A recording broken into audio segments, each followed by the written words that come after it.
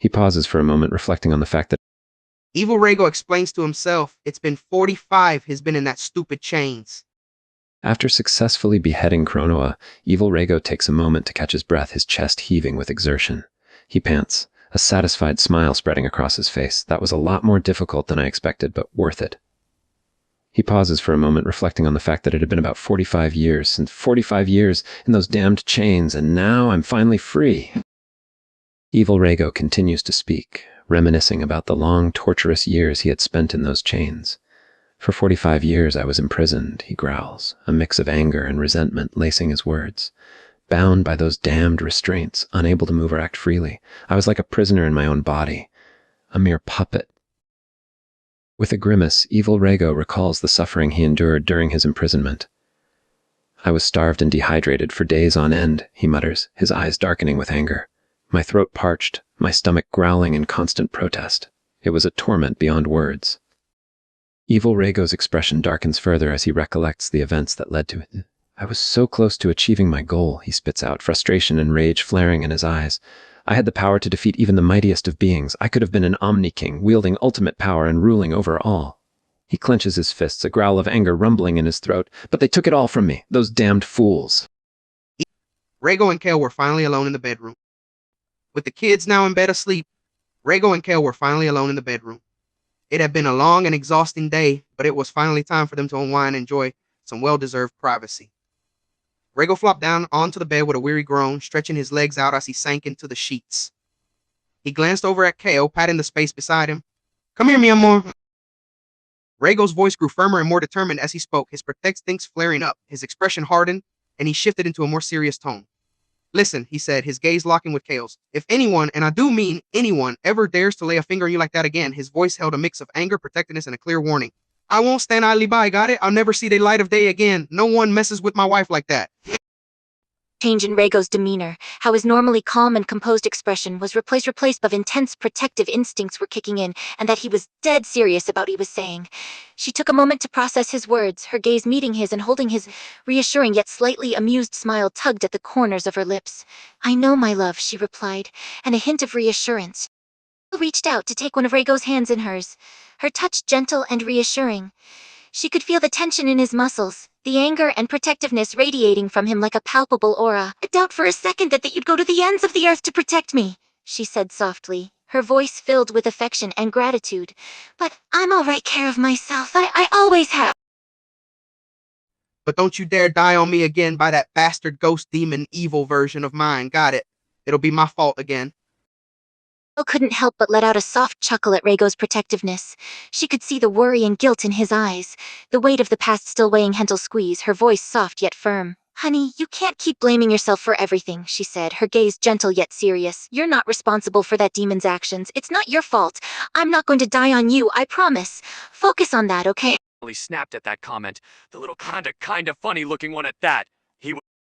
Shallot felt like his patience finally snapped at that comment, the little kinda funny looking one at that. He was not a goddamn clown. He was intimidating and strong and dangerous and badass. What right did this little brat have to call him funny and not scary? Oh, that's it, you little punk. You are gonna pay for insulting me like that, he snarled, stepping towards the bed where the kid was lying. Shallot paused, stopping in his tracks. A part of him still wanted to slap the kid for calling him a clown, but he was still capable of listening. He'd go easy on the stupid brat. Why, huh? Why should I stop, you little smartass? He continues tackling, hey. Shallot grunted in frustration as the little brat kept tickling him, trying to fight down the urge to laugh. Oh God, he was ticklish, damn it. It was a major weakness of his. All right, stop it. I won't hit you, you stupid little brat. Now will you stop tickling me?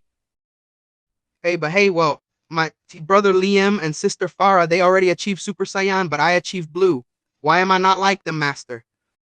Shallot huffed out a breath as the tickling stopped, taking a second to recover. It was so damn embarrassing, though the kid knew all his weak points. He raised an eyebrow at the kid's question, thinking it over for a moment. The kid's siblings had both achieved Super Saiyan, but he was the one who went directly to Blue. It was strange, that was certainly true.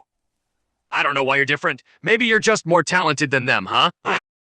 I'm the elder brother. Shallot felt like his patience finally snapped at that comment, the little kinda funny looking one at that. He was not a goddamn clown. The surprise. his eyes widening slightly as Azu suddenly unleashed his Super Saiyan Blue transformation. A small, impressed whistle left his lips and a proud smile tugged at the corners of his mouth. Well, damn, he said, leaning back a bit to take in his son's transformation fully. Look at you, going all Super Saiyan Blue and everything. That's some serious power right there. You've been practicing, haven't you? Azu, I want to become stronger than you, Dad. Raygo's smile widened at Azu's determined declaration. He chuckled, a mix of pride and amusement in his eyes. He placed a hand on his hip, raising an eyebrow at his son. Oh, you want to become stronger than me, huh? He teased, a note of challenge in his voice. You think you can surpass your old man, kiddo? Big aspirations you've got there. Raygo turned Super Saiyan Green a higher level than a Super Saiyan Blue. Azu's eyes widened in surprise and amazement as his father suddenly unleashed a higher transformation, transforming in a level even surpassing Super Saiyan Blue. He gaped at the sight, his jaw dropping slightly as strength his dad was demonstrating. His respect and admiration for his dad only grew even more in that moment. Whoa, he breathed out, his voice filled with awe. That's even higher than Super Saiyan Blue.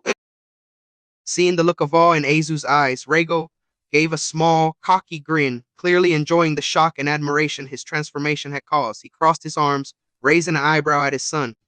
That's right, his voice tinged with a hint of boastfulness and pride.